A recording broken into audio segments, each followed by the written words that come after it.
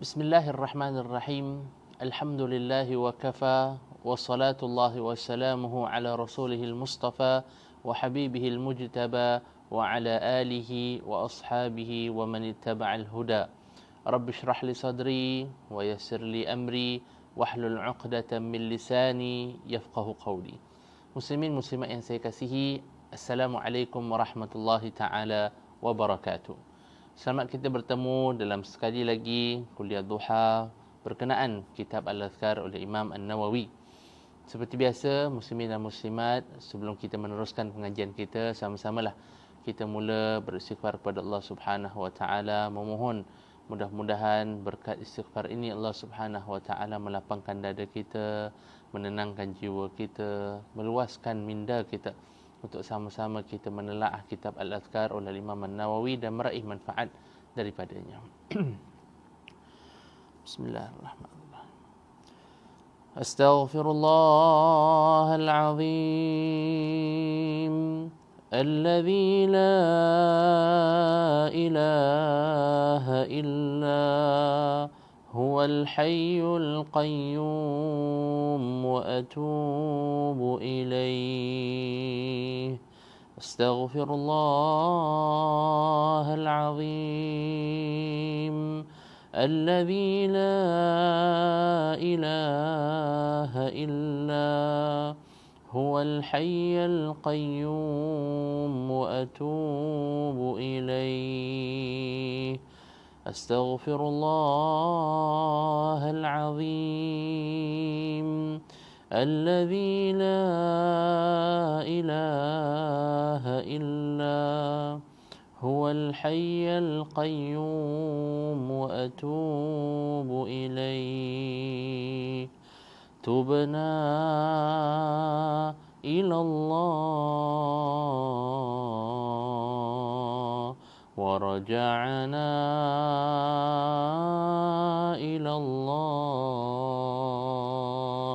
وندمنا على ما فعلنا وصلى الله على سيدنا محمد وعلى آله وصحبه وسلم. Muslimin dan muslimat, kita sambung pengajian kita, masih lagi berkenaan zikir-zikir yang dibaca atau dianjurkan oleh Nabi sallallahu alaihi wasallam untuk dibaca pada setiap pagi hari ataupun petang hari. Saya telah sebutkan pada bulan atau kesempatan yang lalu bahawa bab ini seperti mana yang disebutkan oleh Imam An-Nawawi merupakan bab yang terpanjang di dalam kitab Al-Adhkar kerana banyaknya zikir-zikir ataupun doa-doa dan amalan yang dianjurkan oleh Nabi sallallahu alaihi wasallam untuk dibaca, ya. Rasanya dari sudut praktikal kita tak mampu nak mengamalkan semua. Tapi apa yang kita boleh lakukan ada beberapa pendekatan. Pertama, sama ada kita memilih daripada senarai zikir-zikir dan doa-doa yang disediakan oleh Nabi sallallahu alaihi wasallam mengikut kesesuaian kita, mengikut keadaan kita dan kemampuan kita. Itu yang pertama. Atau kedua, kita pelbagaikan. Hari Isnin mungkin ada doa ini dan doa ini. Hari Selasa kita zikir yang ini dan yang ini. Hari Rabu kita baca ayat ini dan zikir yang ini.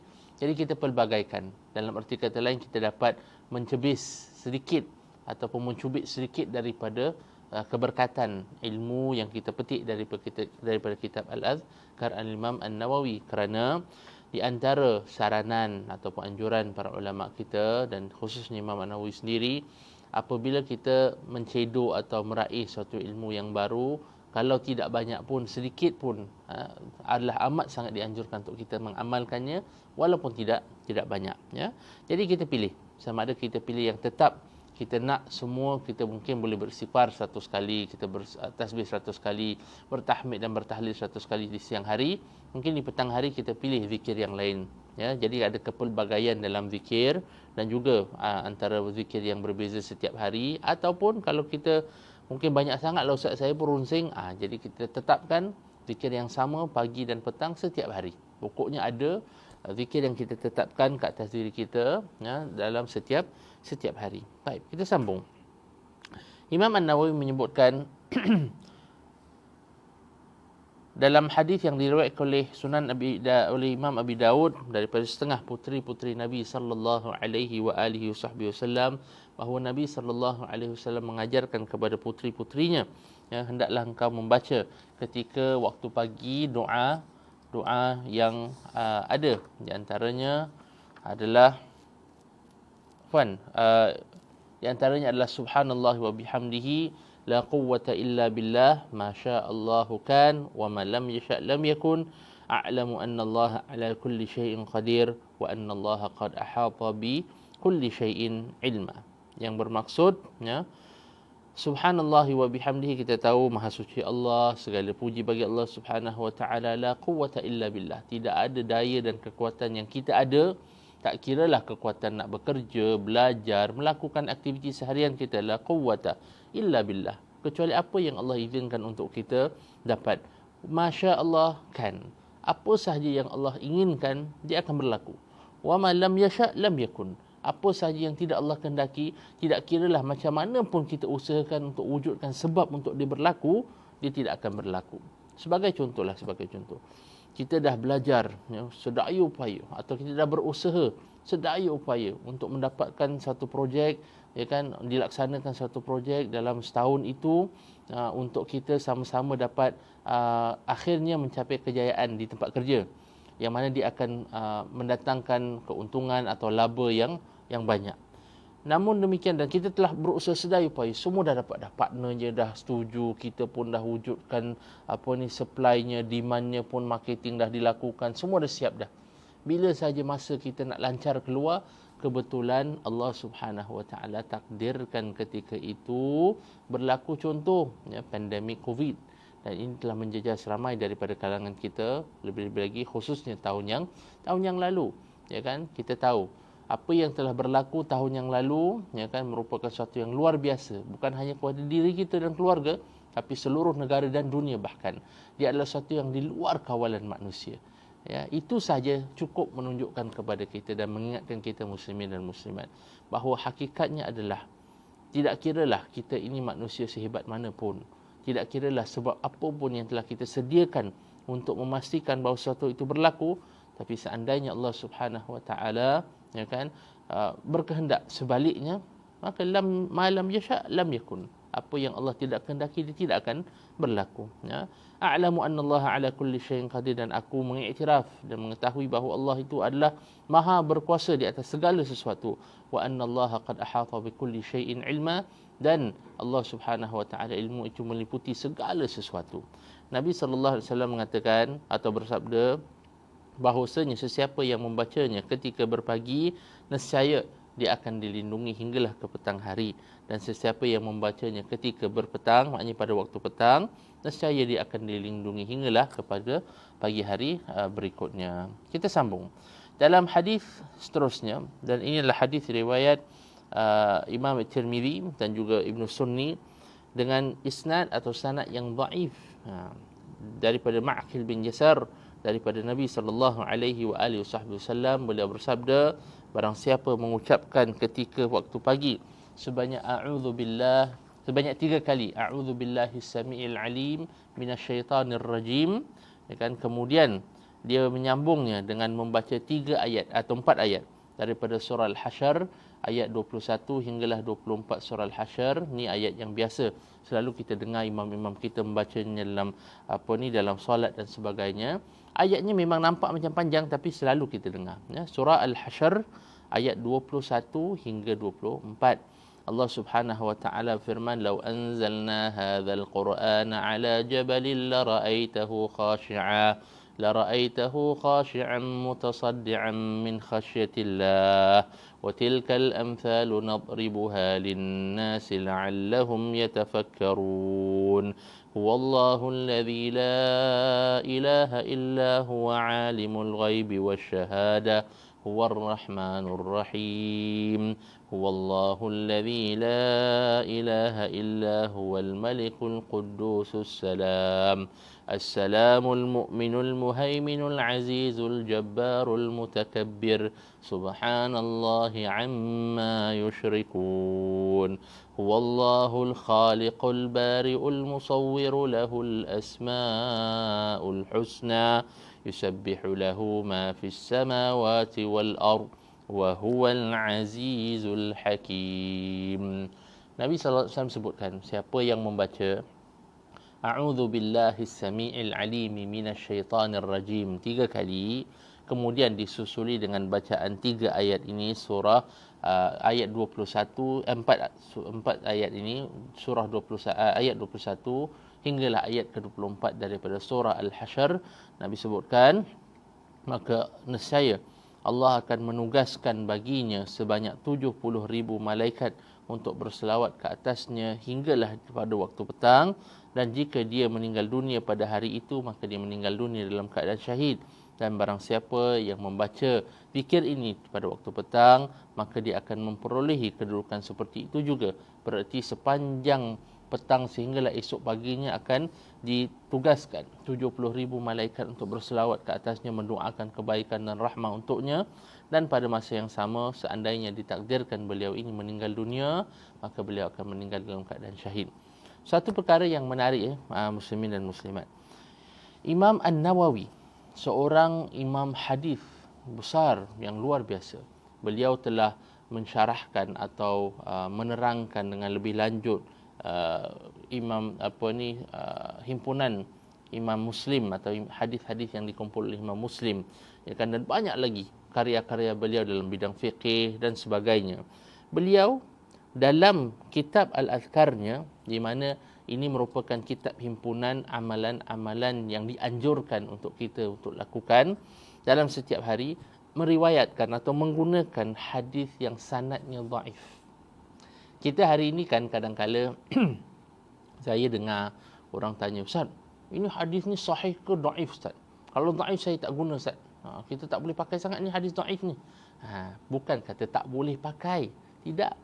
Kalau tak boleh pakai, para ulama, antaranya Imam An-Nawawi sendiri, ulama yang luar biasa, ya kan, keprihatinannya dan ketelitiannya tentang periwayatan hadis dan sebagainya, beliau tidak akan memasukkan hadis dhaif dalam sini. Beliau memenuhi syarat hadis dhaif. Maksudnya beliau mengambil, bila meletakkan hadis dhaif dalam kitabnya, beliau akan terangkan hadis ini adalah hadis yang dhaif. Maknanya sanadnya kurang teguh, kurang kukuh.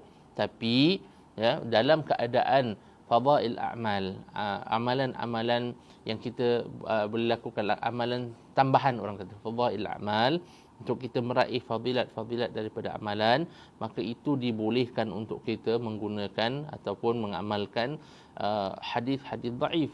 Hadis dhaif, tuan-tuan dan puan-puan, saya perlu sebutkan, kadang-kadang kita kata, "Ustaz, ini periwayatnya dhaif, Ustaz." Dhaif maksudnya, literalnya maksud dhaif itu adalah lemah. Tapi perlu kita ingat, liga orang periwayat hadis lain dengan liga kita. Kenapa saya kata demikian? Macam inilah contohnya. Kita kalau main sekarang tengah musim apa? Musim orang naik basikal. Musim orang tengah naik basikal ni. Kalau kita yang naik basikal cuma seminggu sekali saja atau sebulan sekali saja, ya kan, kita boleh paling laju lah, katakan paling laju 15 km sejam lah. Itu paling laju selalunya. Kemudian ada orang profesional, pakar, memang kerjanya naik basikal hari-hari, melatih diri, ya kan. Di antara mereka orang yang profesional ini, kalau naik basikalnya, kalau katakan 25 km tu kira pelan lah. Mungkinlah antara mereka, pelan ni 25 km. Jadi antara mereka mungkin orang ni orang yang dhaif, orang yang lemah. Tapi bila kita nak bandingkan lemahnya kita dengan lemah mereka profesional, jauh beza, tuan-tuan. Sama juga seperti periwayat hadis. Kita mungkin nampak hadis ni dhaif atau periwayatnya dhaif. Ni dhaif lah. Kita pandang dia macam tak ada mata gitu. Tak pandang sebelah mata pun. Tapi kita perlu ingat, mereka adalah periwayat hadis. Mereka, liga mereka, professional league. Orang kalau main bola bawah blok takkan sama dengan orang main bola dekat dalam Liga Premier League, ya kan? Orang yang main Premier League, selemah-lemah orang yang main Premier League itu adalah sekuat-kuat orang yang main bola bawah blok saja, ya kan? Lain. Jadi jangan kita samakan bila kita kata hadis ini sanadnya dhaif atau periwayatnya dhaif. Oh, seolah-olah kita, hafalan kita ni jauh lebih banyak daripada mereka. Lemah-lemah mereka pun ratusan hadis yang mereka hafal mungkin, yang telah mereka simpan dalam hati dan jiwa sanubari mereka. Kita ni hadis 40 pun tak lepas lagi kadang. Jadi jangan kita samakan dhaifnya kita, lemahnya kita dengan lemahnya orang yang memang profesional periwayat hadis. Itu jangan kita samakan. Nah, sebab itu Imam An-Nawawi, para ulama kita, meskipun hadis itu hadis dhaif, mereka muatkan. Mereka tetap masukkan dalam kitab-kitab tertentu, antaranya seperti kitab Fadail A'mal ini atau kitab Al-Adhkar, dan yang penting mereka sebutkan dan bawa kepada perhatian kita bahawa hadis ini adalah hadis yang dhaif untuk hanya untuk kita pasti bahawa oh, ini adalah hadis yang dhaif, tapi tidak bermaksud kita meninggalkannya sama sekali, tidak melakukannya sama sekali, atau kita memandang enteng atau memandang rendah kepada darjat hadis ataupun periwayat tersebut, ya. Hasyallah. Sambung lagi. Kemudian, jadi muslimin dan muslimat tak susah untuk kita ni sebenarnya nak meraih rahmah daripada Allah, perlindungan daripada Allah. Kadang-kala terpulang kepada kita saja, nak atau tidak nak meraih. Allah Subhanahu Wa Taala telah membentangkan seluas-luasnya nikmat, rahmat, karunia-Nya. Semuanya ada. Hanya terpulang kepada kita sama ada nak mencedok daripada lautan rahmah dan lautan keberkatan Allah Subhanahu Wa Taala.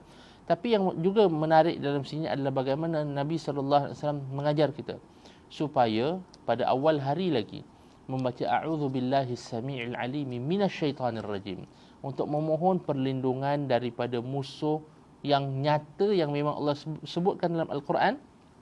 Syaitan ini adalah musuh kamu yang nyata, aduwwum mubin. Ya kan, dia memang musuh kamulah. Tak ada syak lagi padanya. Kerjanya memang nak merosakkan manusia, kerjanya hanya nak menghasut manusia, kerjanya hanya nak membawa manusia kepada kancah kemaksiatan yang akan membawa akhirnya mereka ini terjerumus ke dalam neraka Allah Subhanahu Wa Taala. Sebab itu Nabi sallallahu alaihi wasallam ajarkan daripada awal siang hari lagi minta perlindungan Allah Subhanahu Wa Taala daripada syaitan, daripada hasutan, daripada bisikan. Sebab sepanjang hari kita tak tahu kita keluar. Anak-anak kita juga kita biasakan demikian. Kadang-kala kita rasa saya takutlah ustaz, anak-anak kita sekarang ni, zaman sekarang ni, tak tahulah kita kerja dia kat rumah, dia buat apa dekat rumah dan sebagainya.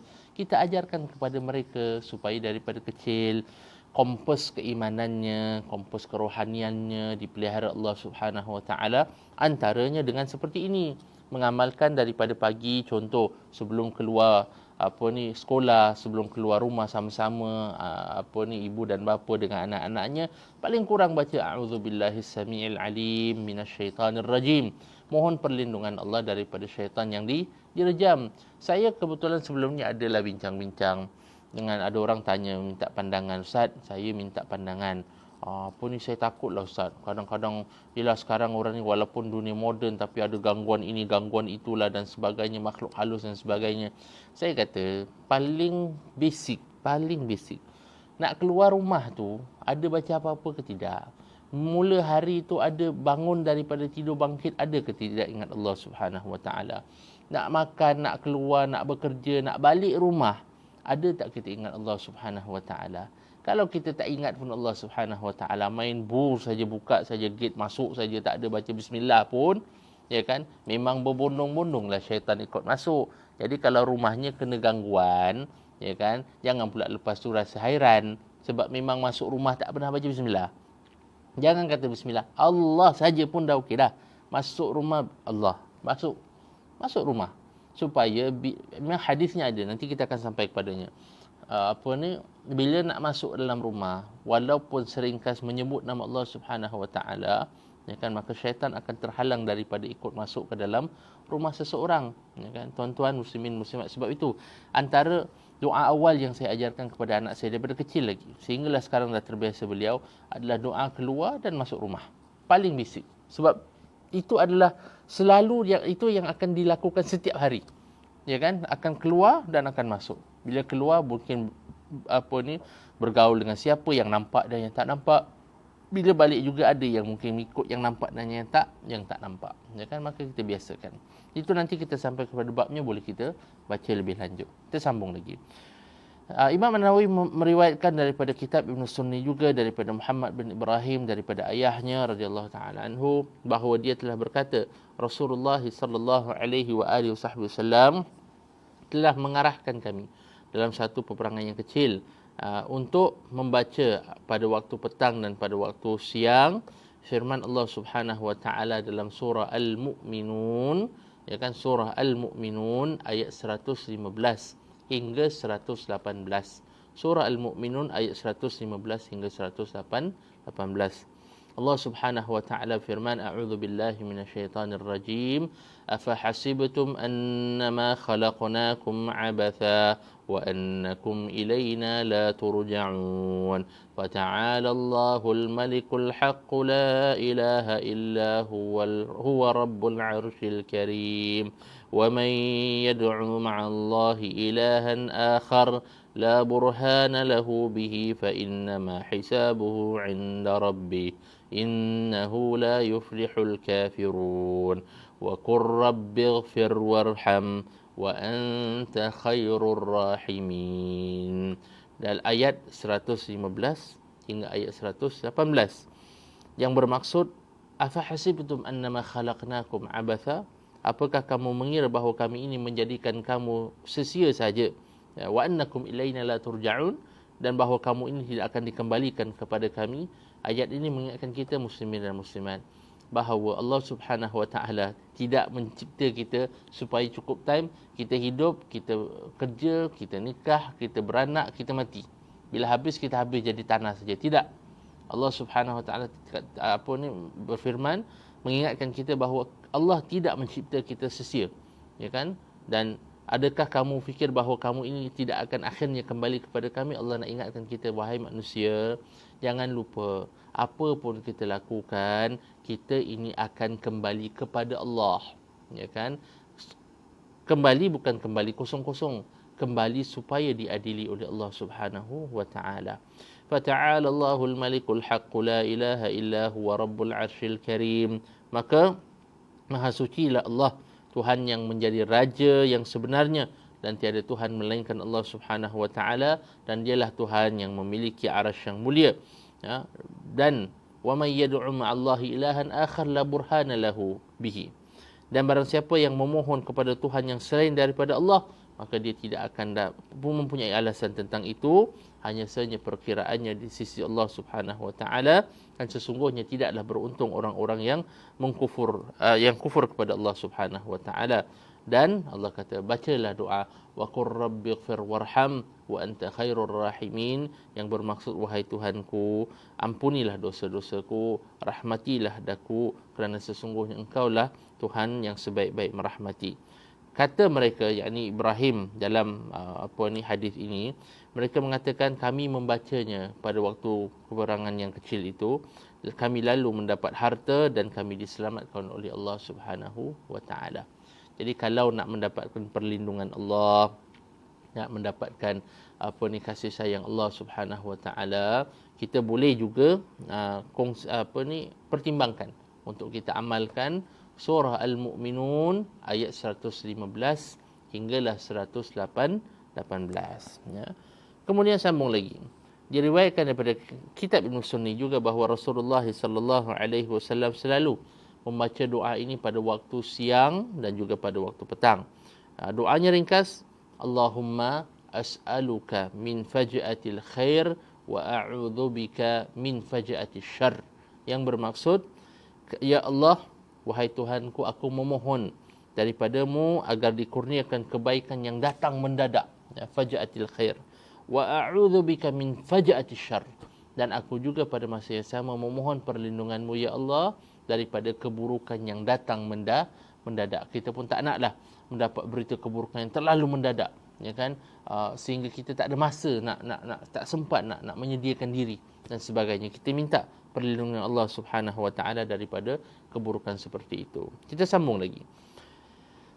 Imam An-Nawawi menyebutkan, kami telah meriwayat daripada kitab Ibn Sunni daripada Anas radhiyallahu taala anhu, katanya telah berkata Rasulullah sallallahu alaihi wa alihi wasallam kepada Sayyidatuna Fatimah radhiyallahu taala anha wa ardaha, putri Nabi sallallahu alaihi wasallam, apa yang menghalangimu daripada mengikuti apa yang aku pesankan ini? Bacalah ketika engkau berada pada waktu pagi dan ketika engkau berada pada waktu petang. Ya Hayyu Ya Qayyum bika astaghith fa aslih li sya'ni kullah wa la takilni ila nafsi tarfata ainin. Dalam hadis yang lain atau riwayat yang lain, Ya Hayyu Ya Qayyum bi rahmatika astaghith aslih li sya'ni kullah wa la takilni ila nafsi tarfata ainin. Amat menarik muslimin dan muslimat. Kalau kita lihat hadis yang pada awal tadi saya sebutkan dan hadis yang ini, lihat bagaimana sentuhan bapa yang ditunjukkan oleh Nabi sallallahu alaihi wasallam. Ya. Nabi berpesan, Nabi mengajar, selalu mengajar anak-anaknya dan khususnya puteri-puterinya. Ya kan, kalau sebelum ini ada tadi yang kita telah baca awal tadi, zikir subhanallahi wa bihamdihi dan sebagainya, itu diajarkan juga kepada beberapa puteri-puterinya. Dan dalam hadis riwayat ini adalah doa yang diajarkan oleh baginda Nabi sallallahu alaihi wasallam kepada putrinya Sayyidatuna Fatimah. Ini sunnah, tuan-tuan. Ibu-ibu, kakak-kakak, abang-abang, datuk-datuk dan nenek-nenek, mengajar anak-anak kita untuk menghafal doa, mengamalkan doa dan zikir, itu merupakan sunnah Nabi sallallahu alaihi wasallam. Ini telah kita lihat dalam hanya beberapa muka surat saja, bagaimana Nabi sallallahu alaihi wasallam mengajar puteri-puterinya. Jadi kita ini muslimin dan muslimat jangan lepaskan peluang, ya kan?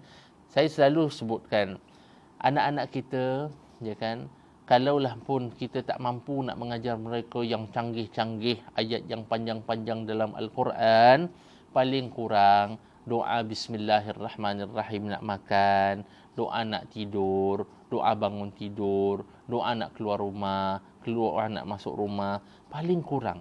Doa-doa ini yang asas yang memang diamalkan dan boleh diamalkan dan harus diamalkan setiap hari. Ini biar kita menjadi gurunya yang pertama. Biar kita jadi gurunya yang pertama. Hatta Fatihah. Fatihah adalah sesuatu yang akan dibaca oleh anak-anak kita setiap hari sekurang-kurangnya 17 kali dalam solat mereka. Biarlah kita menjadi guru pertama mereka, muslimin dan muslimat.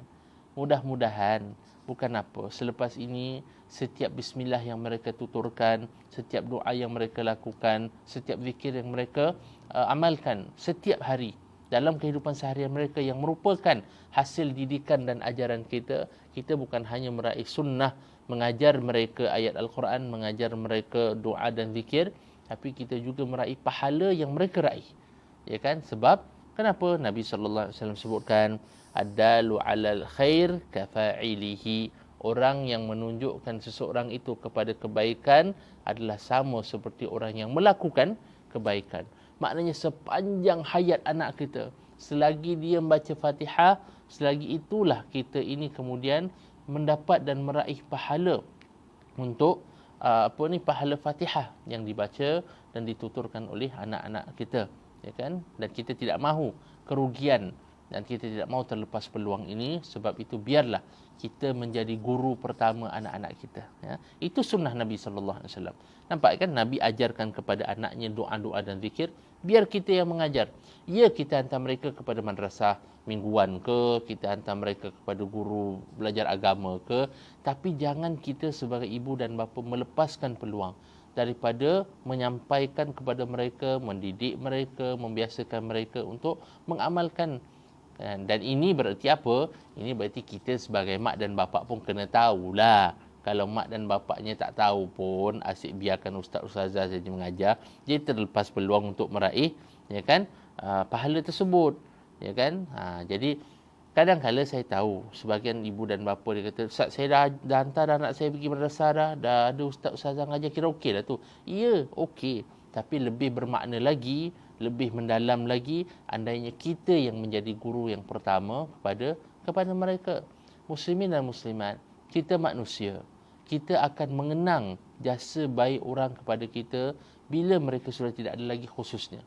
Ya kan? Atau bila mereka ni dah tua, dah lemah, kita akan mengingati mereka yang menyantuni kita. Kita akan ingat sentuhan-sentuhan kecil seperti ini daripada ibu bapa kita. Ya kan? Jadi kita tak nak terlepas peluang ni untuk kita dapat membiasakan anak-anak kita. Sambung balik kepada hadis ini. Nabi SAW mengajarkan doa, Ya Hayyu Ya Qayyum birahmatika astaghith, aslih li sya'ni kullah, wa la takilni ila nafsi tarfata ainin. Yang bermaksud, Ya Hayyu Ya Qayyum, wahai Tuhan yang maha hidup, Ya Hayyun, Ya Qayyum, wahai Tuhan yang maha berdiri dan berkuasa dengan kuasanya sendiri, birahmatika astaghith, dengan rahmatmu aku bermohon pertolonganmu ya Allah, aslih li sya'ni kullah, perbaikilah segala urusanku dalam sehari ini. Tak kiralah urusan kerja, urusan rumah tangga, urusan belajar, urusan apa saja, urusan kesihatan, urusan agama, urusan segala-galanya. Fa aslih li sya'ni kullah, segalanya. Wala takilni ila nafsi tarfata ainin, dan jangan kamu biarkan diri aku ini sendirian tanpa bimbingan, panduan, penjagaan dan pemeliharaanmu ya Allah. Ya, sebab muslimin dan muslimat, seandainya kita ini dibiarkan Allah Subhanahu wa taala larut dan hanyut dengan nafsu kita semata-mata, nescaya akan hancurlah kita manusia. Bila tak ada orang yang mengingatkan kita, tak ada Allah yang memelihara kita dan melindungi kita, Allah tak hantarkan orang yang nak berikan peringatan kepada kita, ketika itu kita akan hancur. Sebab kita akan terlalu hanyut dengan nafsu dan keinginan kita semata-mata. Dan kehancuran ini bukan berlaku dari sudut kehancuran agama saja, kehancuran kesihatan, kehancuran emosi dan segala-galanya. Sebab manusia kan macam tu kan. Kalau dibiarkan ikut nafsunya saja, semua akan hancur. Kalau dibiarkan manusia belanja saja ikut nafsu, habis duitnya. Kalau dibiarkan manusia ini terus makan sembarang saja, semua saja, apa saja yang nak dimakan, akan rosak kesihatannya. Kalau dibiarkan manusia ini terus saja dengan nafsunya, sebagai contoh, minum arak terus-terus, akan rosak kehidupannya, akan binasa rumah tangganya dan sebagainya. Sebab itu kita minta perlindungan Allah Subhanahu wa taala, wala takilni ila nafsi tarfata ainin. Jangan kau tinggalkan diriku atau aku ini kepada diriku walaupun dengan sekelip mata sekalipun. Sebab dalam sekelip mata itulah, kalau Allah tinggalkan kita, pada saat itu muslimin dan muslimat, hancurlah kita.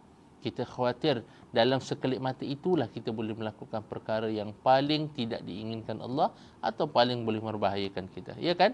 Dalam sekelip mata. Contoh, pada saat contoh sebagai itu, kalau kita memang hilang kawalan emosi kita, pada saat itulah kita sedang rasa nak, wal'iyadzubillah, minta dijauhi, nak bunuh diri kita.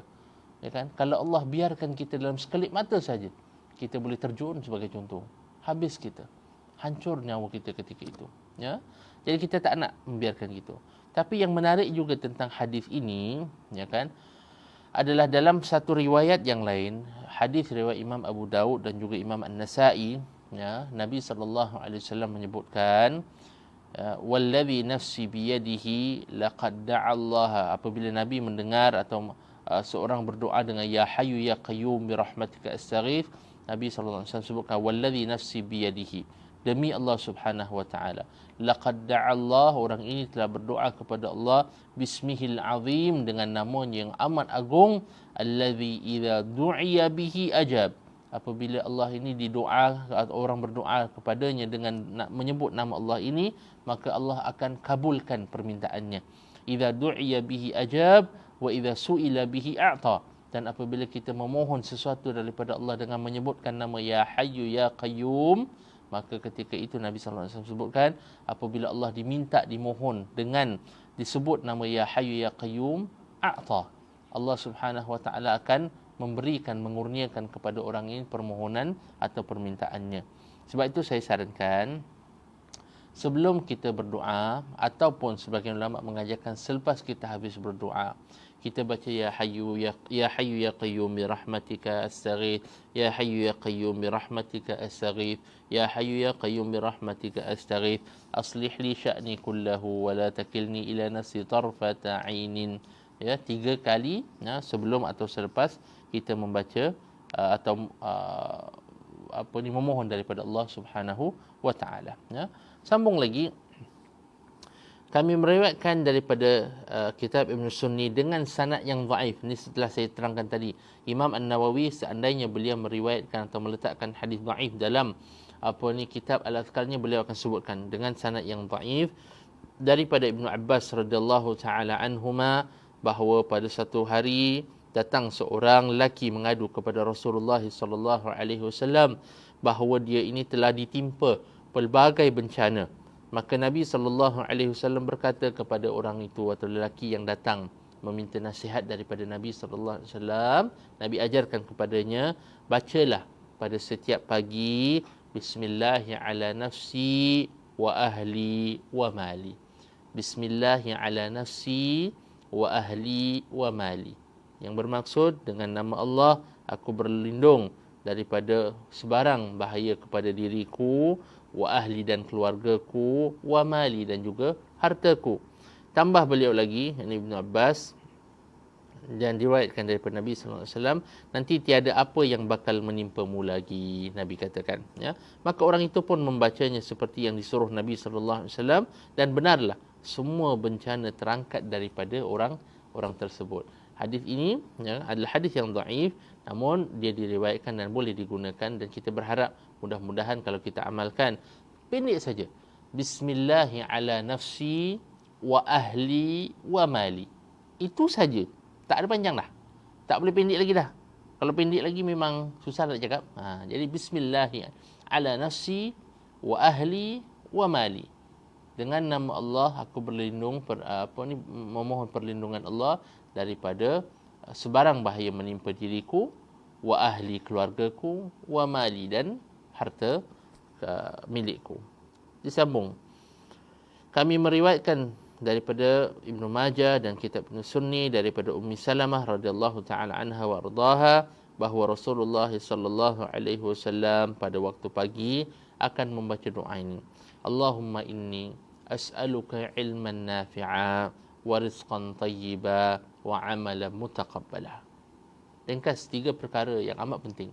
Allahumma, ya Allah, inni as'aluka, sesungguhnya aku memohon kepadamu agar dikurniakan, ya Allah, ilman nafi'a, ilmu yang bermanfaat, wa rizqan tayyiba, dan juga rezeki yang baik, rezeki yang halal, rezeki yang suci, rezeki yang beretika, rezeki yang mendatangkan kebaikan kepada diriku, keluarga dan juga masyarakat, wa amalan mutaqabbala, dan mudah-mudahan segala amalan yang kita lakukan inilah amalan yang dimakbulkan Allah Subhanahu wa taala. Penting saudara.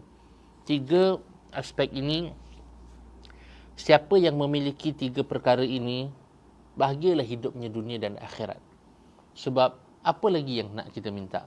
Ilmu yang bermanfaat, ya kan? Kerana ilmu yang bermanfaat akan terus mengalir tanpa putus pahalanya, bukan hanya pada waktu kehidupan kita, tapi juga selepas kematian kita, dan dia akan mendatangkan manfaat bukan hanya kepada diri kita, tapi orang di sekeliling kita, ya kan? Itu yang kita nak. Kita nakkan kebaikan kita ini bukan kita sahaja meraih manfaatnya, tapi kita nak kebaikan kita ini mudah-mudahan orang di sekeliling kita juga dapat meraih kebaikan dan kemanfaatannya. Sebab antara kita melakukan kebaikan dan kita meraih manfaatnya sahaja sendiri, dibandingkan dengan kita lakukan kebajikan tapi kebajikan dirasakan orang di sekeliling kita, yang kedua itu semestinya yang lebih luas manfaat dan kebaikannya dan lebih besar ganjarannya, ya kan? Maka kita nak kejar sejauh mungkin yang kedua tu. Kemudian kedua, warizqan tayyiba, rezeki yang baik. Saudara, Nabi sallallahu alaihi wasallam menyebutkan dalam hadis yang lain, khairu ma ya'kulur rajul min kasbi yadihi, sebaik-baik perkara yang dimakan oleh seseorang itu adalah apa yang diusahakan dengan tangannya sendiri. Jadi, dan rezeki, bila kata rezeki yang baik ini bukan hanya rezeki yang halal, daripada kerja yang halal, tapi lebih penting lagi juga adalah rezeki yang datang dari sumber yang beretika. Apa maksud saya beretika? Contoh, kita bekerja, halal kerjanya, memang kerjanya baik, semua tak ada masalah, tapi kita banyak curi tulang bila waktu kerja, ya kan? Itu tak etika namanya. kurang etika. Rezekinya halal, tapi mungkin kurang tayyibannya. Dan kita tak nak kerja ataupun rezeki seperti itu kerana apa?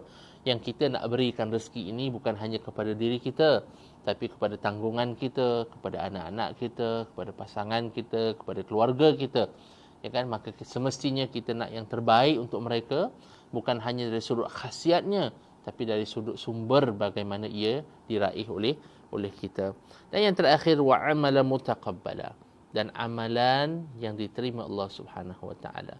Sebab muslimin dan muslimat, kita tak nak menjadi orang yang rugi, orang yang bankrupt, ya kan? Bankrupt dunia, bankrupt akhirat, lebih teruk lagi, ya kan? Dalam satu hadis yang diriwayatkan oleh daripada Abu Hurairah radhiyallahu taala anhu, pernah dikisahkan tentang 3 orang yang pada hari kiamat nanti mereka ini telah sedia untuk dihisab oleh Allah Subhanahu wa taala. Jadi kerana gaya kehidupan mereka ini, mereka rasakan dengan yakin, insya-Allah lah ini lepas punya ni mesti dapat punya syurga, ya kan? 3 orang. 3 kumpulan atau 3 jenis orang Nabi sallallahu alaihi wasallam sebutkan. Jenis yang pertama adalah seorang pahlawan yang mati syahid dalam peperangan mempertahankan kebaikan dan agama. Dalam keadaan itu, ya kan, dibawa menghadap Allah Subhanahu wa taala. Jadi Allah Subhanahu wa taala bertanya kepada beliau, berfirman, apakah yang telah kamu lakukan dengan kehidupan kamu yang telah aku kurniakan? Beliau kata, ya Allah, aku telah berjuang di jalan-Mu, ya Allah. Aku telah sehingga aku menggadaikan nyawaku, ya Allah, hanya demi-Mu, ya Allah. Lalu diriwayatkan dalam hadis tersebut, Nabi sallallahu alaihi wasallam meriwayatkan, Allah berkata ketika itu, kamu berbohong. Kadzabt. Kamu berbohong. Kerana sesungguhnya kamu ini keluar berjuang sehinggalah mati menggadaikan nyawa pun bukan kerana aku, tapi kerana kamu ingin dipuji, kamu ingin disebut sebagai pahlawan yang berani, dan kamu memang pun telah disebut oleh orang sebagai pahlawan yang gagah dan berani. Ternyata ini bukan kerana aku. Ketika itu orang ini diheret di atas mukanya dan dicampakkan ke dalam api neraka Allah Subhanahu wa taala. Wal iyadzu billahi min dzalik. Kemudian dibawa orang yang kedua. Orang yang kedua ini seorang alim, seorang yang banyak amalannya, seorang yang memang dalam pengetahuannya tentang Islam, mengajar manusia tentang isi kandungan Al-Quran dan sebagainya. Ketika itu Allah Subhanahu wa taala tanya kepada beliau, apa yang telah kamu lakukan dengan kehidupan kamu? Beliau kata, aku telah mengajar manusia kitab suci-Mu, aku telah mengajar manusia agama-Mu, aku telah menghabiskan usiaku untuk-Mu, ya Allah, semata-mata mengajar dan menyampaikan ilmu, ya Allah. Maka ketika itu Allah kata, kadzabt, kamu telah berbohong, kerana sesungguhnya kamu mengajar manusia Al-Quran, kamu mengajar manusia apa isi kandungan Al-Quran, supaya kamu ini dipuji manusia sebagai alim yang besar, supaya kamu ini diangkat oleh manusia, supaya kamu ini dipuji oleh manusia sebagai pembaca Al-Quran yang masyhur, dan kamu telah meraih yang demikian di dunia, maka kamu hari ini akan aku lontarkan ke dalam api neraka. Diseret orang yang alim, orang yang pada waktu hidupnya di dunia dikenali sebagai orang yang luar biasa ilmunya, diheret di atas wajahnya dalam riwayat tersebut dan dicampakkan Allah Subhanahu wa taala dalam api neraka. Wal iyadzu billah. Dan yang terakhir, kumpulan ataupun orang yang ketiga ini, seorang yang dermawan pada waktu hidupnya.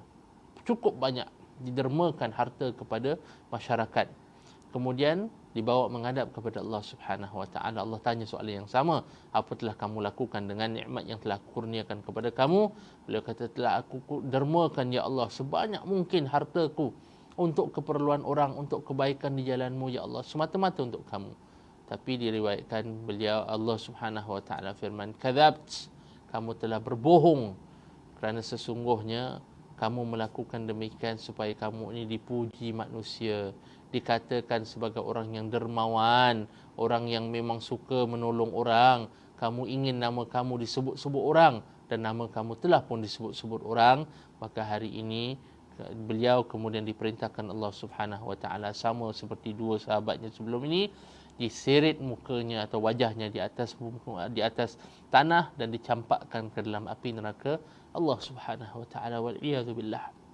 Tuan-tuan, puan-puan, hadis ini merupakan hadis yang menggerunkan. Hadis yang mengingatkan kita kepada pentingnya untuk kita terus berdoa memohon kepada Allah Subhanahu wa taala supaya dikekalkan keikhlasan kita.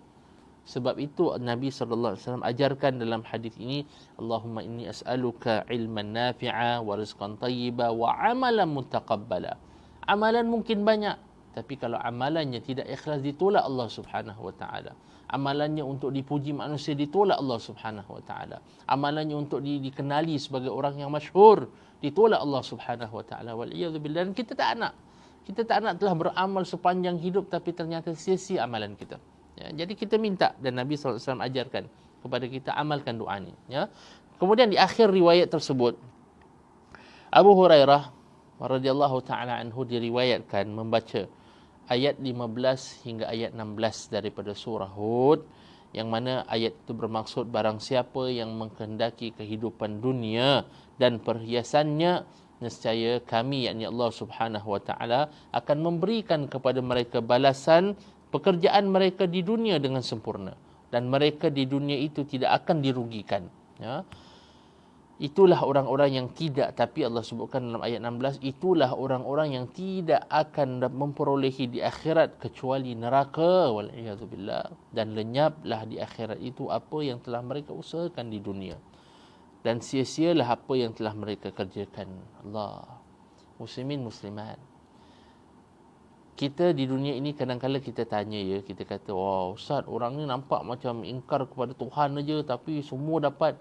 Dia akan dapat segala-galanya di dunia ini. Ini janji Allah. Allah kata dia nak, dia usaha, dia boleh dapat. Tapi kalau memang niatnya hanyalah untuk dunia ini, dia akan hanya dapat di dunia ini. Tapi di akhirat kelak Allah kata, bukan hanya mereka akan dilontarkan ke dalam api neraka, tapi lenyap semua amalannya, seolah-olah tidak ada amalan langsung. Waliyadzubillah. Sia-sia. Haba'an manthura, ibarat debu-debu yang berterbangan. Muslimin, muslimat, kita tidak mahu seperti itu. Maka saya anjurkan, doalah kepada Allah Subhanahu wa taala. Paling kurang, Allahumma inni as'aluka ilman nafi'a wa rizqan thayyiba wa amalan mutaqabbala. Ya Allah, kurniakanlah kepadaku ilmu yang bermanfaat, ya kan, dan rezeki yang baik, wa amalan mutaqabbala, dan juga amalan yang diterimamu setiap hari, ya Allah. Mudah-mudahan dengan yang demikian Allah Subhanahu wa taala menerima segala amalan kita, Allah menerima kebaikan kita bersama dalam sesi pada pagi hari ini, dan Allah tuliskan bagi kita kebaikan yang banyak, ya, daripada pertemuan kita, dan mudah-mudahan Allah berkati kehidupan kita dan memelihara kita dan keluarga. Sekian perkongsian saya pada kesempatan kali ini. Mudah-mudahan kita bertemu di kesempatan yang lain. Wassalamualaikum warahmatullahi taala wabarakatuh.